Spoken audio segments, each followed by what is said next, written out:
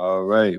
We'll start with some introductions. We'll go with the in-person attendees, and then we'll check out the online presenters as well. I'll start with you.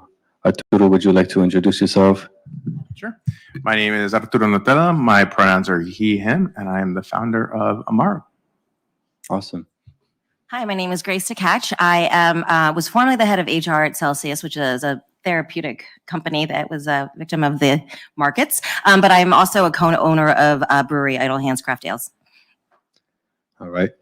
And online we have Christina and Claudia. Hi, good afternoon, everyone. My name is Christina Wang, and I'm an International Coaching Federation certified executive and leadership coach. In addition, I lead the startup and small business portfolio for Peak Advisory Consulting. We're innovative people leaders that co-create solutions with founders, C-suite, and people teams that fit the needs of their organizations. We love rolling up our sleeves and working side by side with our clients to create workplaces that attract, inspire, and retain the best talent.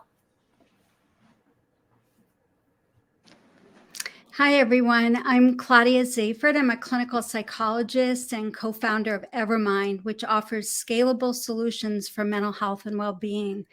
Previously, I was on the faculty of the Dartmouth Medical School, the Geisel School of Medicine, that is, where I was director of the Anxiety Disorders Clinic and was specialized in post-traumatic stress. But these days, I consult to organizations on workplace mental wellness and suicide prevention. Great. And I'll be moderating today's talk. My name is Alex Kugel. I'm the co-founder of Trio, based in Boston. We help companies scale their software engineering teams, and other companies turn technology into their competitive advantage. And before we get started, I would like to go around the room and just get a sense of who's here. Do we have any first-time founders? Please raise your hand. I just want to see who you are. Lovely. This is awesome. All right. And any experienced business owners that have or not their first rodeo? Nobody? Oh, some. Okay, good. And finally, who is an aspiring entrepreneur that hasn't started a business but is looking to at some point start one? Okay, all right, great. Students? No? Great. All right, well, this is Hindsight 2020. We're recovering from the mistakes and learning along the way in terms of culture. And here, company culture is a critical element to employee well-being and business success. And a lot of times this stuff fails because leaders do not properly nurture or cultivate this type of culture. And so we have our panelists here, and they're going to be walking through some presentations to help you guys learn how to do this stuff better. And after, we'll do some questions. We'll do we'll do some questions and we'll get through all that. Anyway, first up will be Grace. All right. Thank you. Can everyone hear me okay? Thumbs up. We thought that, where are the slides? Oh, just right, okay. We thought that the best way to, sorry. Grace, I can also flip through them if you want me to. Yeah, we don't want that one on. Oh. Okay, well, I'll speak to this while it goes ahead, and then maybe Madison can move it forward. We thought it would be helpful to talk about what is organizational culture first, because that's what all of us are talking about. So next slide. So here's a really simple definition: shared set of values and behaviors that contributes to an organization. Now, it seems really simple, but if you think about organization culture, it really is the personality of your organization. And if you look at any individual and their personality, they're quite complex. So as you can imagine, an organization that has 2 to multiple people is going to be even that much more complex. So, in order to really talk about kind of troubleshooting, like issues that you see in culture, I think it's really important to talk about what and how culture can manifest. Next slide. So I have this image of the iceberg, which, it comes up in a lot of psychology references in terms of personality, where at the top, at the tip, you see things and visible things. And in culture and companies, it's like your mission, your vision, your values. It can be your swag. It's like what you put on your company website. It's all those visible things that people talk about, and it's really easy to roll off your tongue. You walk into the office and you have the values on the wall.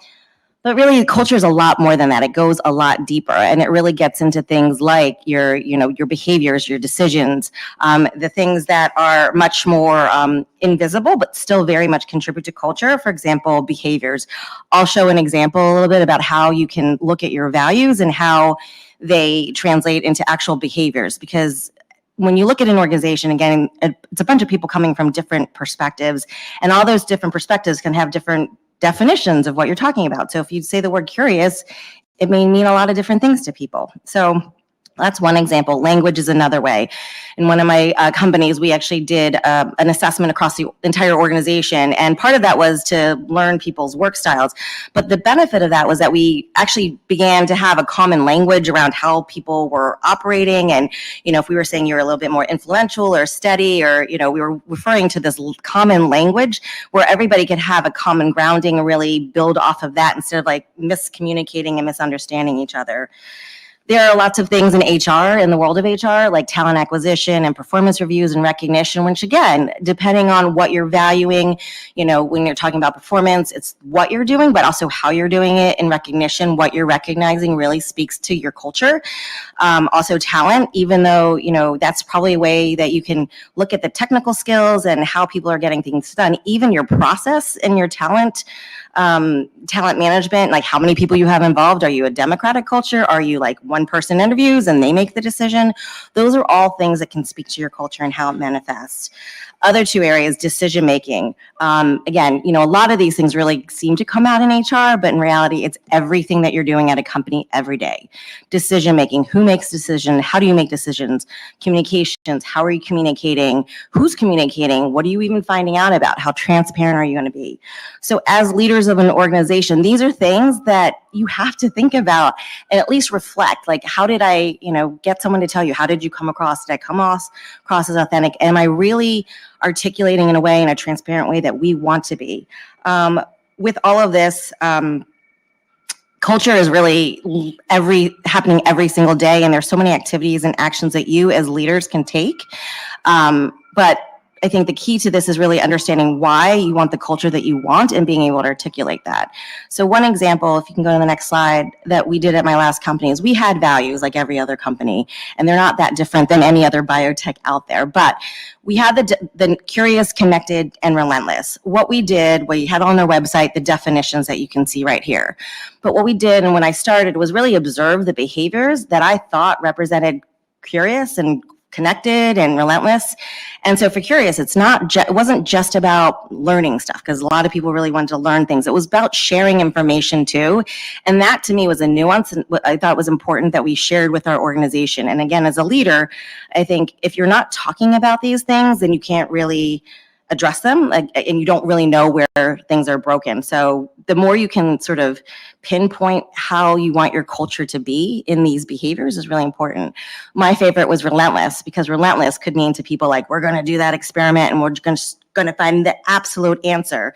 I work with a lot of scientists who really wanted to know the absolute truth. But the reality is those experiments were expensive, and they may have gotten to a decision point where they didn't have to keep on going. So relentless for us wasn't just about trying to find answers, but it's trying to find answers for the patients. Even if it meant you had to stop that experiment because that wasn't going to get you the result for the patient. So I think this was a great example of like how we talked about our values.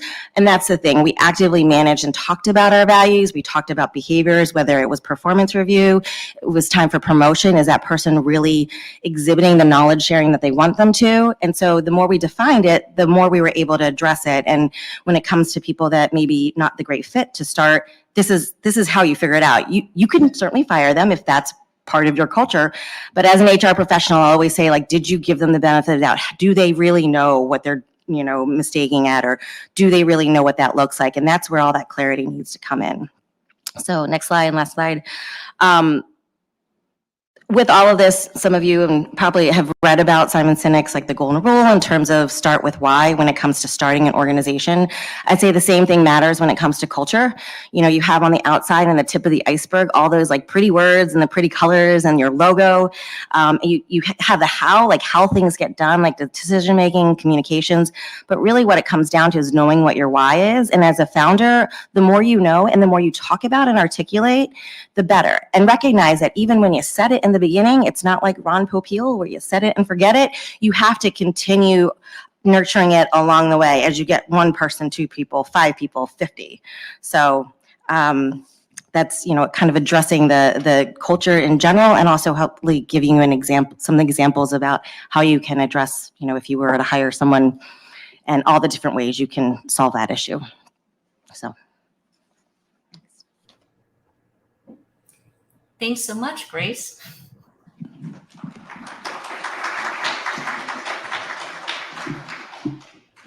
So Arturo, can you share with us the next slide? Thank you. Thank you. So first, the bad news. I'm here to talk about communication. And the bad news is, unfortunately, we're almost never as clear in our communications as we think we're being. And this is because the process of communications and feedback loops are inherently complicated. Can I have the next slide? Thank you. So let's talk about what happens if we haven't set clear enough expectations and people aren't on the same page.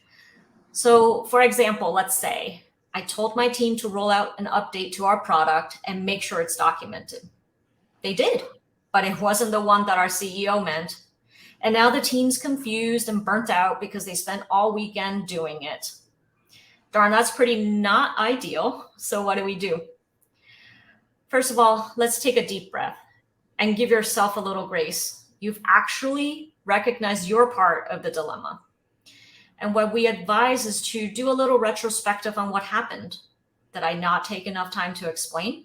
Are the goals not clear? Do I have the right people doing this? Did I give enough feedback and direction along the way? Are the incentives aligned correctly? And as you have this retrospective, you'll probably come up with more things. And don't be afraid to ask for help from someone that has different perspectives, because the more you uncover here, the more you can address going down the line. So after you've uncovered all of these things, I like to use Brené Brown's 5C framework to move forward. And this structure helps you walk your people from the balcony to the dance floor safely, meaning that you'll be able to get better alignment, better buy-in, and accountability. So the 5 C's are, which is important to share with your team and in your communications. Number 1, color. What are we doing and why? So this goes back to what Grace was saying. Everyone needs to know why we are doing certain things. What does done or good look like? Number 2, give them a context.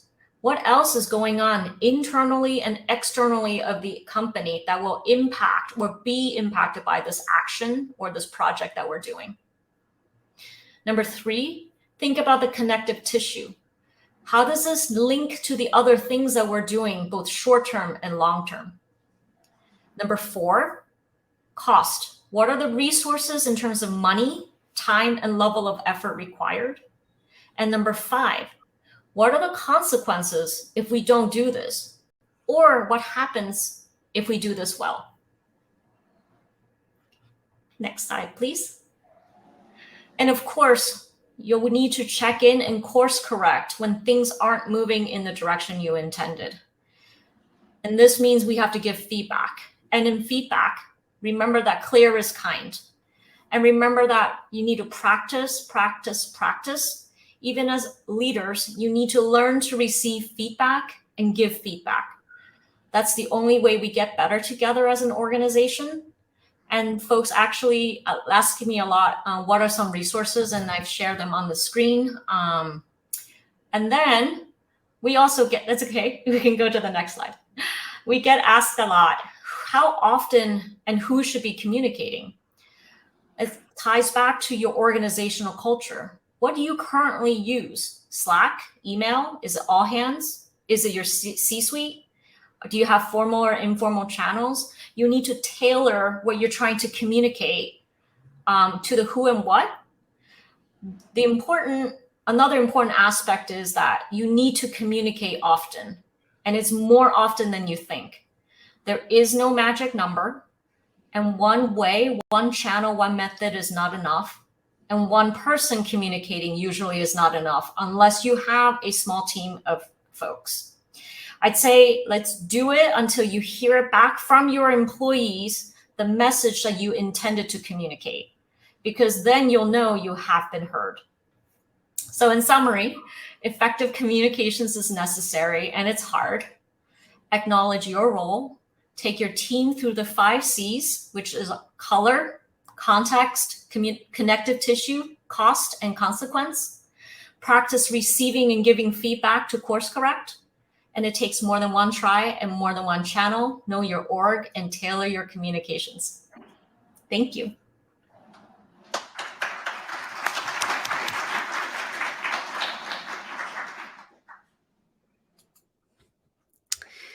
Thanks, Christina. So we all know the term burnout, but what is burnout really? We think of burnout as exhaustion, but it's really more than that. It's than the physical. It's actually includes cognitive components like a shift in attitude and an emotional disconnection. Burnout can have a major impact on a person's well-being, and it increases their risk for anxiety and depression, as well as other severe mental health conditions. So though we often think of burnout as an individual issue, it's actually more than that. It's an indication of systemic problems in an organization that can impact the organization's health and well-being as well. Employees experiencing burnout are 6 times more likely than those who aren't to say that they'll leave their job in the next 3 to 6 months. And replacing employees is expensive. But also the higher rates of absenteeism and low productivity that are associated with burnout are also expensive. So not addressing burnout can lead to a downward spiral in individual and organizational performance. Next slide, please. So how will you know if burnout is an issue for your organization? You want to look out for these key signs that could point to a burnout culture. Reduced productivity, low morale, people looking stressed or reporting high levels of stress, and employees leaving. Next slide, please. When you become aware that burnout might be a problem, that maybe you've inadvertently created a burnout culture, then you're going to want to step back and take a broad view of what's happening. And understanding the factors that can lead to burnout will help you know what to look for in your organization. First, a lack of control. When employees have little control over aspects of their job, this inherently affects their sense of autonomy. Unmanageable workload and time pressure are obvious contributors to burnout, and the lack of role clarity is a common issue. So according to a recent Gallup poll, only 60% of workers strongly agreed that they know what's expected of them at work. When accountability and expectations are moving targets, employees can become exhausted just trying to figure out what people want from them. Manager support and frequent communication provide a psychological buffer, so employees know that if something goes wrong, their managers have their back. Employees who feel supported by their manager are 70% less likely to burn out. And in contrast, a negligent or a confrontational manager leaves employees feeling uninformed, alone, and defensive. So finally, unfair treatment and toxic workplace behaviors are critical factors not to be overlooked. Next slide, please. So let's unpack that a bit because it's so important. McKinsey defines toxic workplace behavior as anything that leads employees to feel unvalued, belittled, or unsafe. This can include unfair or demeaning treatment, non-inclusive behavior, sabotaging, cutthroat competition, abusive management, and unethical behavior from leaders or coworkers. Next slide, please. Startups are particularly vulnerable to burnout. Employees often wear multiple hats, which can lead to undefined job scope. Also, there's often a lack of boundaries between work and home life. And it's common that startup managers lack the skills in mentorship and delegation and performance management. And this can lead to lack of clarity in expectations and performance assessments. Also, prioritizing recruitment often means there's a lack of attention to benefits like learning and development. And these are all key supports that contribute to workers' sense of meaning and purpose in their work. Next slide, please. So it's important to keep in mind that burnout is not just about being too busy or feeling overwhelmed.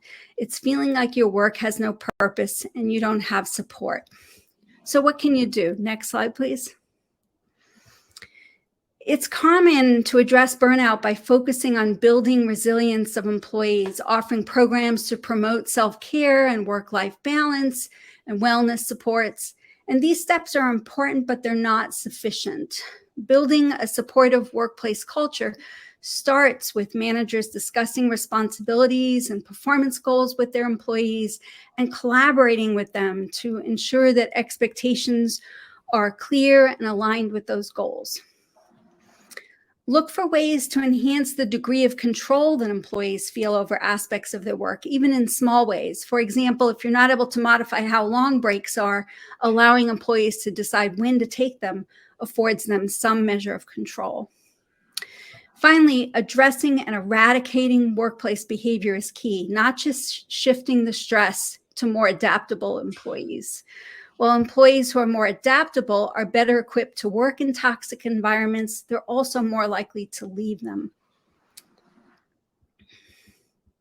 Next slide, please. So building a thriving workplace culture starts with compassionate leadership that listens, collaborates, and supports employees' overall well-being and acts in fair and inclusive and ethical ways and promotes meaning and purpose in their work. Thank you.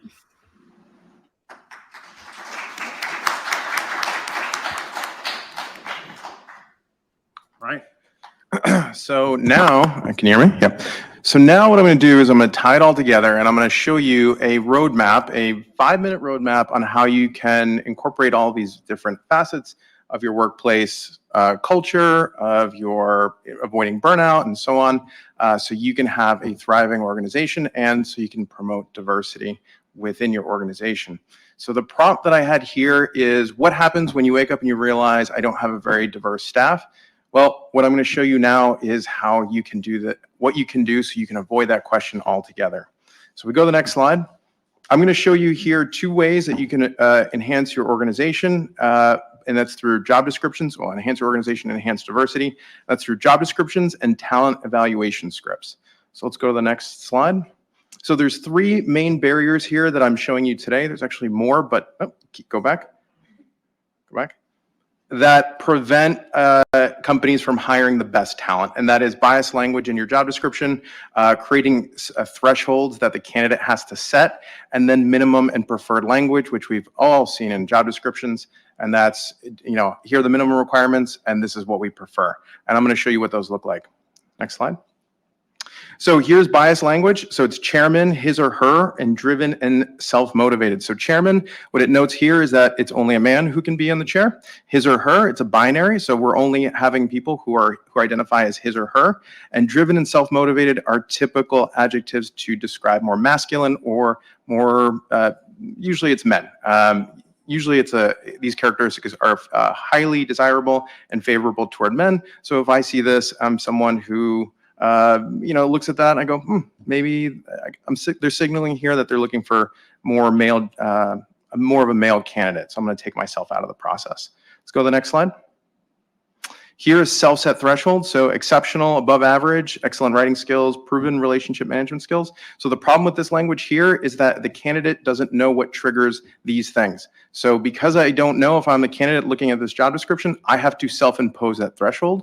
And if I am in whatever headspace I may be, I might take myself out of the process because I might believe that I don't have exceptional, above average, excellent, or proven anything, even if I may. So you're going to lose talent right out of the gate with these types of words.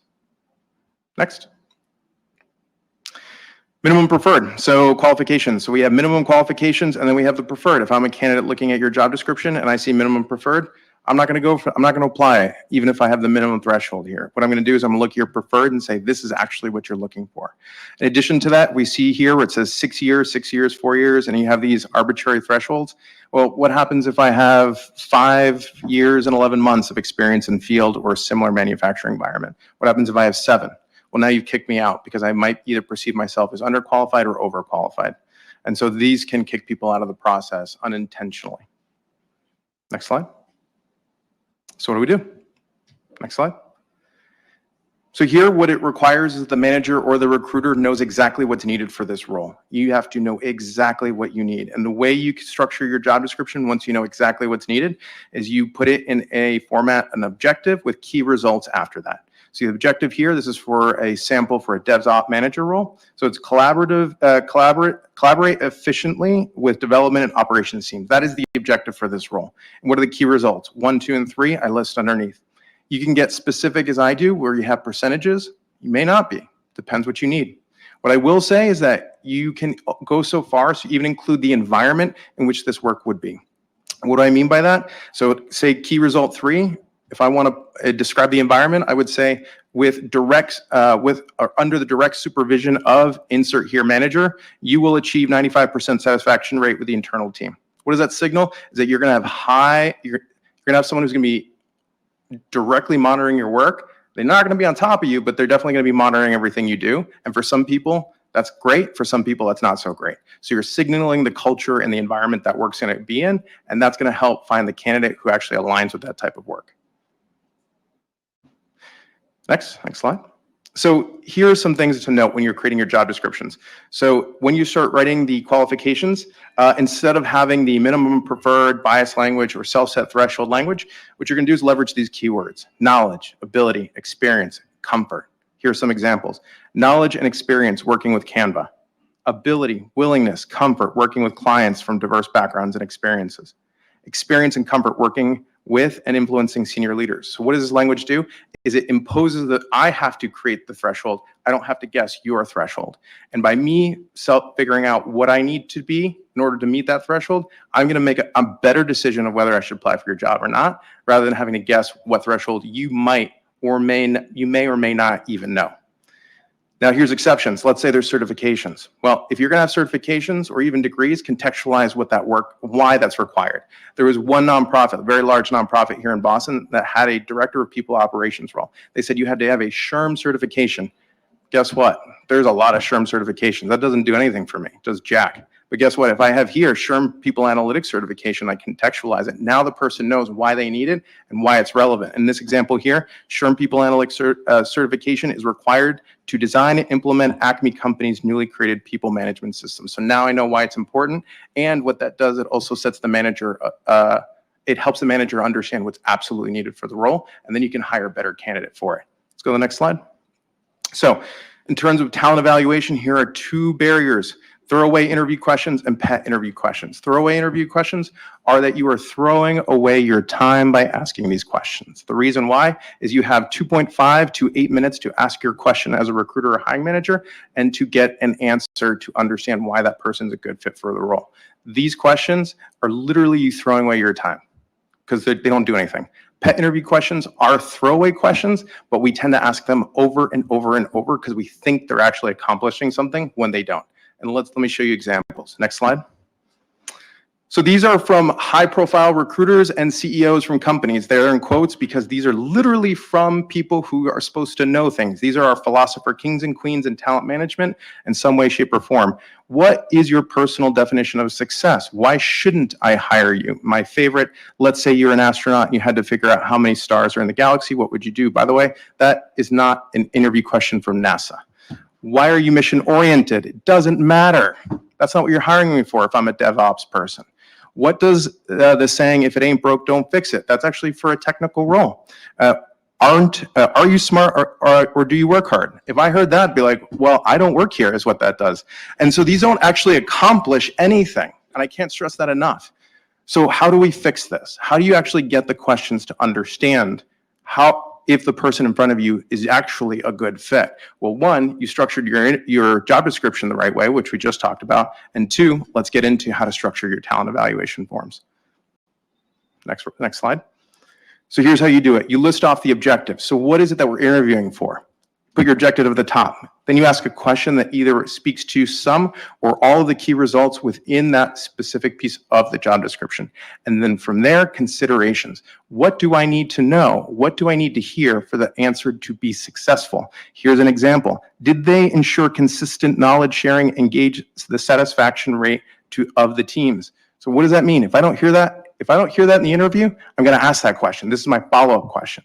What does it do? It reduces bias, because now if I don't hear it, I'm going to follow up for it, I'm going to ask for it, I'm going to dig for it. Absent this, people are going to ask whatever comes to mind, and it's going to be like a free flow stream of thought. Bias is going to creep in. You're not going to get what you want. At the end, you're going to scale that answer from 1 to 5. You're going to score that answer from 1 to 5. At the end, you're going to then have an average of those scores, and that's going to tell you if you've actually got a good candidate here or if there's bias creeping into the process. The averages will tell you. And from there, if you do these two things, remove the language, the barriers and challenges that I talked about in your job descriptions, you employ this type of scoring rubric, you're going to find good talent. And you're going to increase diversity, reduce bias in your hiring process. Thank you.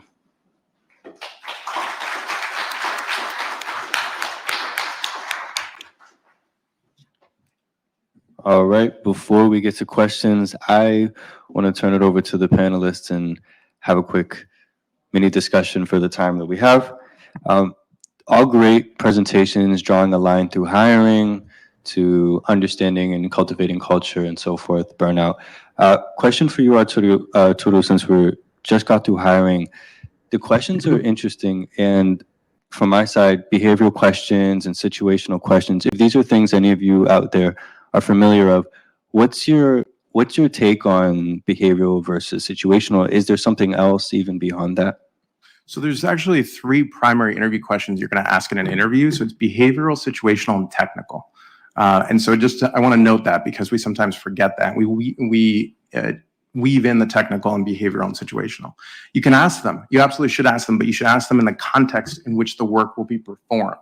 And what happens is we sometimes don't do that, or we miss things. So the reason why I say we put them in the objective and then key results is because if anyone's ever attended a bias training, you know that we have millions of pieces of information coming at us in a given moment. And in order to contextualize the world, we group things together. It's called categorical thinking. If we don't group things, we inevitably will miss things in the job description, and we will not account for it in our interview, and then we will miss on key points of whether that person can do well or not. And then therefore, it's kind of a moot point whether you ask behavioral or situational. You're not asking the right question. Grace, Claudia, Christina, do you want to weigh in on that, or expand on hiring practices and how they can draw a line and help us cultivate that culture? Yes, I'm a big fan of behavioral interviewing. I grew up with it, but to the point before, if you don't know why you're asking that behavioral question, it's a throwaway question too. I mean, I've had people ask these behavioral questions, and I'm like, what does that have to do with the job? And I've actually and the other part of that is the alignment. I always do, the upfront, this is what we're asking and why, and then we do a debrief afterwards. And so during the debrief, I've had scenarios where candidate has told the same story to 2 people. They've asked different questions, but they've told the same story. And so one of the individuals interprets the story as that's really great that they did that. The other person has interpreted it that's horrible that they did that. And so that's also, again, I think where culture is really important, even just, just talking about the elephant in the room, right? We all come from different perspectives. And so I think when it comes to interviewing things like that, why, I've pushed on people, why do you think that was good? Or why did you not think that was good? And let's talk about that. And let's, it's a little bit, kind of putting the cart before the horse, but it's in that moment, that's a chance to talk about culture and say, what do we think is actually kind of the right answer or a better answer? So, yeah. All right, cool. It's really important to start from hiring and drawing into culture. I mean, the team that you build is essential. Actually, it's critical to the culture that you build. You bring in a diverse set of people then you get a diverse culture. Can we zero in, because I imagine this isn't really enterprise stuff. Like, as a entrepreneur, as someone who has a small team, how do I actually do this? Like, as one person or just someone with limited resources, what's the best way for me to do this right? And I guess a good place to start, Grace, I mean, starting with key takeaways, like, what is the key takeaways for Finding people for your organization that yeah, like in a practical sense, yeah. I mean, here's the thing. I think we all start with our networks, right? We're asking around the people that we know, 1 to 6 degrees of separation. The reality is, as a founder, as a leader, one of the things that will enable you to be a good leader is really knowing when you don't know things. And going to your friends to revalidate what you're thinking is great, but going to places and people who are outside of your comfort zone is probably going to be better. It's also going to expand your network, and you're going to be able to find people that, like, maybe it isn't that like cookie cutter image of the finance person or whoever, the product person, but it will give you a different perspective. And I think, again, as a leader in any organization, whether you're a founder or not, your ability to recognize, like, look, I got to this position because I was good at what I did.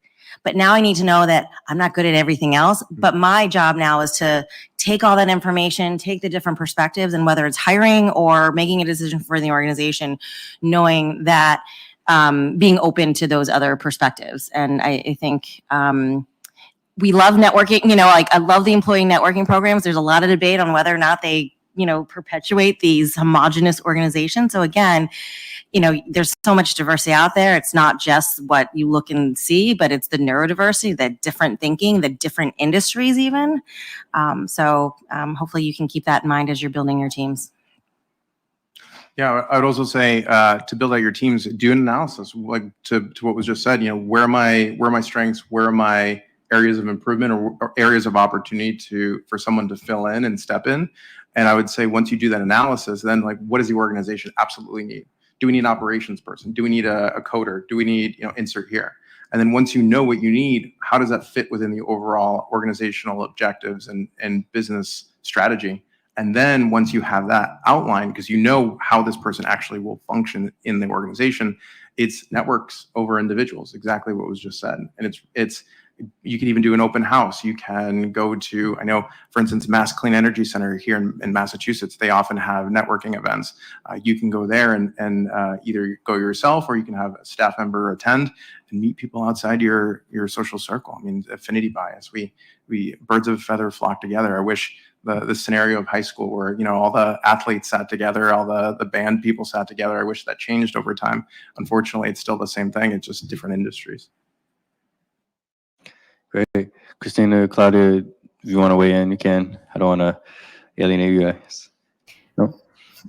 Not at all. I was just saying, this room that you're sitting in right now, we are all resources for each other.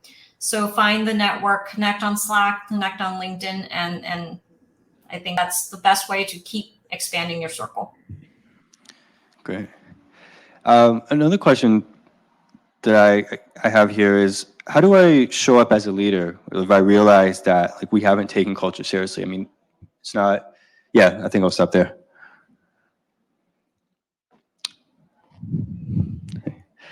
Yeah. Christina was smiling. I think. Okay, Christina, you want to do that? I was going to default to you, Grace. I'll do one sentence is kudos for recognizing that you need to do something. A lot of times we hear leaders, they just aren't even aware. So awareness is key, number one. And number two, I will follow Grace's advice. Know your whys. Grace, I'm going to not woman speak for you. I'll just add to that. Sorry, come back to me. I just totally went blank. There you go. I would say one thing to do as a leader is own it. As oftentimes with companies, there's this thing where we're going to, a leader will roll out an initiative or do something, proclaim something, and then it's just said and it just sits out there in the ether and nothing comes of it. We don't hear from it 6 months, a year later, whatever. If you're serious about culture in your town hall or in your Slack channel or wherever it is, just say, look, I'm going to take a moment to recognize something that we haven't done here. Culture. We haven't really spent a lot of time on culture. I'm going to take it seriously, and then outline what you're going to do and update your staff frequently on where you are. You're going to fail. There's going to be times where you're going to fail. Let people know. And then what are you going to do about it? And when you succeed, let people know. Take that victory lap. And I think that just in and of itself, it sounds very kind of, it's not tactical, tangible, but it can go a long way to letting people, setting the tone of how serious you are. I remember what I was going to say to that point is that as a leader, I think, again, we all feel like as these founders, leaders, that we have to have all the answers. And to Arturo's point, you definitely want to own it and you want to own the direction.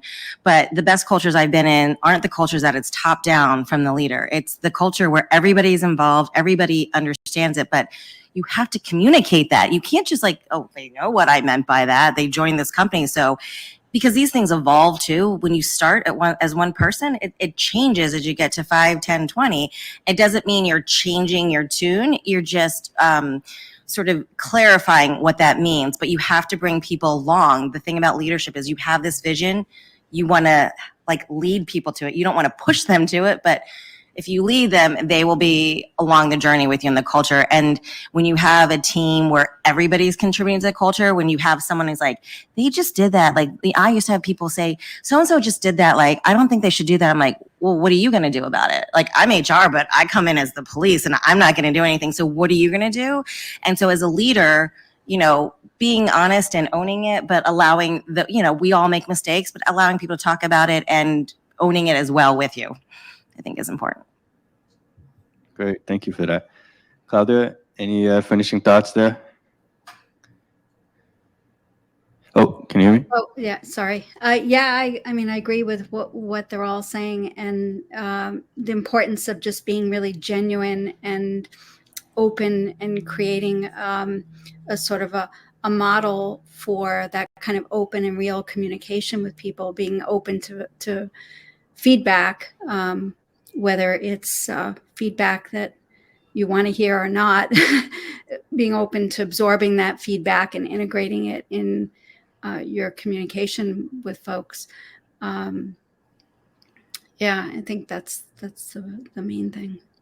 And I think one of the concepts is being able to create that psychological safety. Like as a leader, when you're open, you're vulnerable, you're honest and direct in your communications, you set the role model and example that people can make mistakes, and there therefore is psychological safety in the group, and it helps prevent the burnout that Claudia was talking about. Absolutely.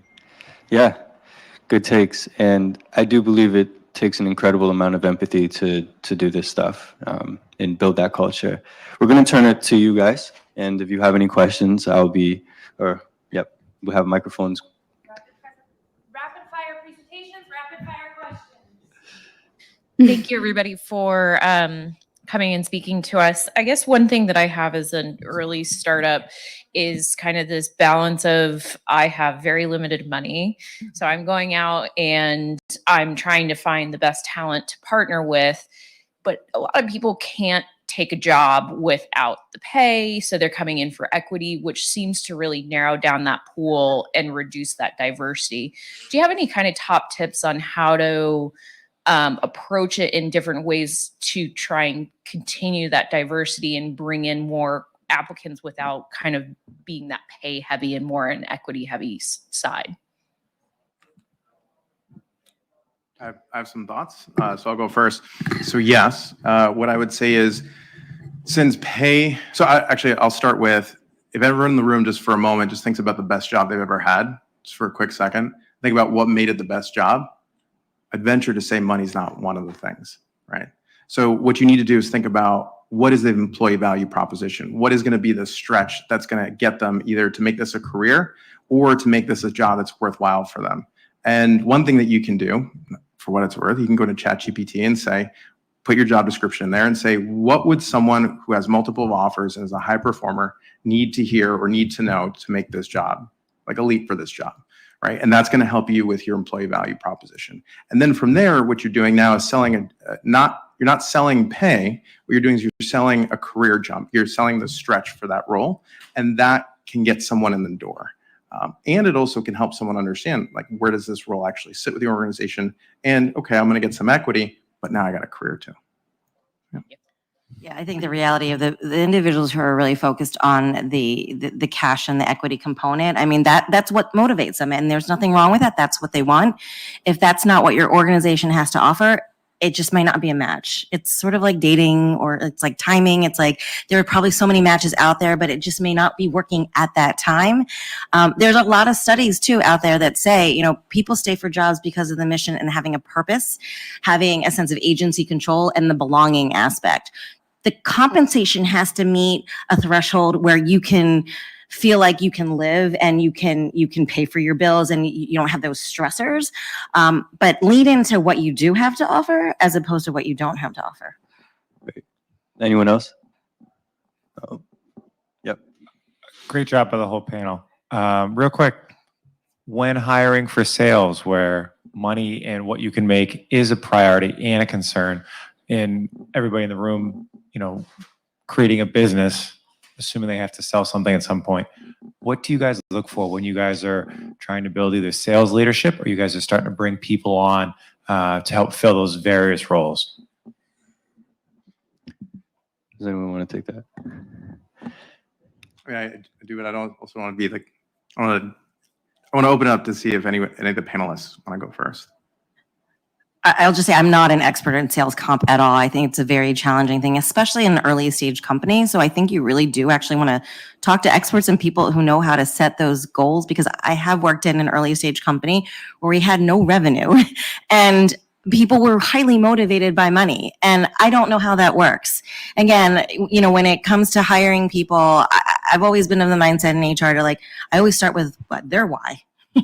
And if it doesn't match, it doesn't match. But like, if money's what's going to motivate them, make it, you know, maybe the first year you don't set such high targets, and it's like all about the team and building the brand, right? Something less quantitative. And then eventually over time, as you build the market and you know what that opportunity is, you can put some specific thresholds. But non-comp expert, I would find one in your network and try to get them for free too.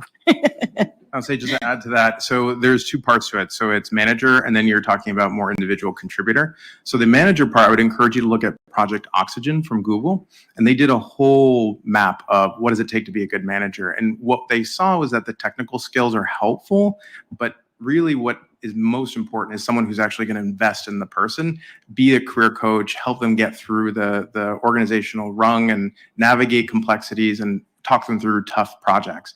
So really someone who's going to be a coach for your people is someone that you're going to want to look for. That's in summary of what the outputs were of that report. Now, the individual contributor, you're going to want to look for someone who, you know, aligns with what you're looking for. Now, there's going to be some college person, I'm just saying, let's say you're a complete startup. There's going to be a college person somewhere who goes, no money, I'm going to start from scratch and I got to build this. Yeah, sign me up, right? And there's also going to be someone who's going to go, you're not paying me enough. This isn't, you're what? 2 people? Heck no, I'm not even going to touch this, right? And everything in between. So you got to really think about who would actually apply for this, and then have a strategy. If you're starting from complete to scratch, what are you going to do to build that team up so that they end up being the next round of people that can coach and bring in your next round of salespeople? Again, I'm not a comp expert. I don't know, too much, but here's one strategy that you can take. I also look for folks that are good storytellers, that can understand and interpret and share out your vision, because part of sales in this startup is not just the product, but it's selling the company, the employer branding with you as well. So storytelling is a very important skill. Great. I see you in the back, Blue. Yep. Oh, We have pass the another in the microphone. back right, and then we'll go. And you? All right, I got you. Great, thank you. Just 3 real quick comments. I guess first of all, despite my glasses, is Christina on the left there? Brought up the resources of Triad Consulting, difficult conversations. Thanks for the feedback. Like Grace, I'm a longtime HR biotech executive. They put out the absolutely best programs I've ever been through. Thin read, lots of value. So we all have hard conversations. I definitely recommend those two. On the comment about inclusive language, job descriptions, I love the angle on that. I've even kind of taken that a step further. I've separated in my mind, a job description is kind of an internal view of what you need this person to do. as I've kind of shifted towards kind of job posting, I think of it more marketing and advertise. And I've started a lot of mine with what's in it for me, like from the candidate. What problems are you going to get to solve, and what are we going to teach you and give you as the lead in, and then the kind of qualifications and the assessment is more behind the scenes. Again, you're trying to attract people. It's marketing. So that's just kind of a follow on maybe to your comment. And then maybe the last one, moderator, you brought up a question about leaning in as a leader. Of course, everybody kicks around authenticity is the word. I've worked with CEOs who read the books and said the right things about DEI and inclusivity, and I bought in, and their actions were very different. I just really reflect on, even if anybody's familiar with like Ray Dalio and Bridgewater Capital, and has built a culture who basically says, hey, like, you're going to come to my company and I'm going to go up to you and say, excuse my language, you're an asshole, your presentation sucked. And people are supposed to say, wow, thank you for the feedback. And they've built a culture around that. One of the largest, capital funds in the world, but they built a very strong culture on being authentic, and that's going to opt a lot of people out. Myself would be one of them. But I just think, like, really pushing that authenticity on the culture is really important, not just, reading the latest book and kind of spouting off the taglines. Got it. Just a quick question. There's one last layer that we haven't talked about. You have the job descriptions, all that kind of stuff, but usually there's a layer in between the application process. And I see that there's an awful lot of bias, whether it's intended or not. If somebody, as a recruiter, gets 300 applications, they're filtering them out. Sometimes it's done by technology, sometimes other things. I don't know if you guys think this is the case or not. Do you guys believe that there is a lot of bias in that interim process in between? And if so, what's the thing to fix it? Great question. AI scares me generally because there is a lot of AI being attached to recruiting solutions out there where they're sort of interpreting your skills and things and trying to spin out the resumes that are qualified. But again, I'm not confident that there's the removal of language bias, right? Because if you put in generative ID, you put as leader, you'll get a bunch of white men. So there's still a lot of bias built into this AI. I do think that there's bias. I think, the reality is that we all have bias. I will always say what my biases are in teams, and I will put it on the table though, and I will say what it is. Maybe it's not going to be in the whole group, but maybe it's going to be with my colleague that I'm working with. But I think you got to talk about these things and what are those biases. And there may be some merit to it, but it's also like, well, does that bias really affect your final decision? And are you being fair about that? If that makes sense. But I think we've got to be kind to ourselves too, to know that we all do walk around with biases all the time. That is just nature's way of helping us like survive and fight and flight with these quick new things in your brain. But I think you just have to be honest about what are some of my biases. I had a boss who was like, they just only wanted people with pedigrees, and I have a pedigree, but I don't think that should have ever done anything to that, and calling it out and being comfortable, again, to Christina's point about psychological safety. If you don't have an environment we can talk about these things and just say, look, I'm going to call bullocks on that decision. I think you have a bias. And like, yes, I do, but help me see the other side of it. Right. That's why that way we can all be a little bit more informed. We're not going to be perfect, but I think we can at least be more informed and maybe open on those biases. Yeah, I mean, I'll just say, so I have a recruiting friend who reached out to me and said, you'll never guess what I just heard. It was a well-known nonprofit. They had a candidate who'd been working for 20 years. It was their top candidate, made it to final round, had everything that they wanted, and they realized that candidate hadn't had an advanced degree. And they said, actually, not only an advanced degree, they didn't finish school, so they don't have a bachelor's, but they've been doing really well for 20 years. The hiring, so the organization said, I would rather this person have a criminal record than not have finished school, right? They were the top candidate. They were about to make offer. Now that person's kicked out of the process and they won't be able to go back to that institution. So yeah, absolutely, there's biases for all sorts of stuff. And that's why I was mentioning before, get your key performance objectives and key results, and let's make sure we're on the same page. Because what's going to happen is, as a hiring manager, you're going to try to outfeel me, but I'm going to outfact you. And like, that's it. And if you're going to try to say like, well, I don't think, like, I don't care. They got everything here. And if that's not good for you, then we got to really figure out what's really going on here. And if need be, I'll redo this search. But what's really going on? So yeah, and we gotta build for that. We gotta solve for that, and being on the same page is really gonna make sure that that bias doesn't creep in the process. Yeah, there's a lot of debate on like degree qualifications and things. And in life sciences, there aren't enough people to do the work. And there are a lot of amazing candidates out there who don't have degrees. So it's constant conversation in corporate circles. And, it does take some courage from some HR people and some managers to say, do you really need that skill? Is it preferred? What is really required? And I think that being true to that, can you train them? What's trainable? What do you build by? What do you borrow? That kind of thing. And really be honest about that to yourself. Get people who are not like you to challenge you on that too. 2 minutes left, so we can do one super quick question. That sucks for that candidate. I know. I appreciate all this information. I'm not even sure how to pose the question because you mentioned the criminal background, and it just made me think of the study that was done, so many years ago, where it was more advantageous for you to be a white male with a criminal record than a black male without. And it wasn't even factoring in for advanced degrees or what have you in terms of callbacks from the application and things of that nature. So how are we going to address that? So to that point, so I encourage everyone to look at the research of Sean Bushway. He's a professor at University of Albany and a researcher at Rand Corporation. And his research is exactly that.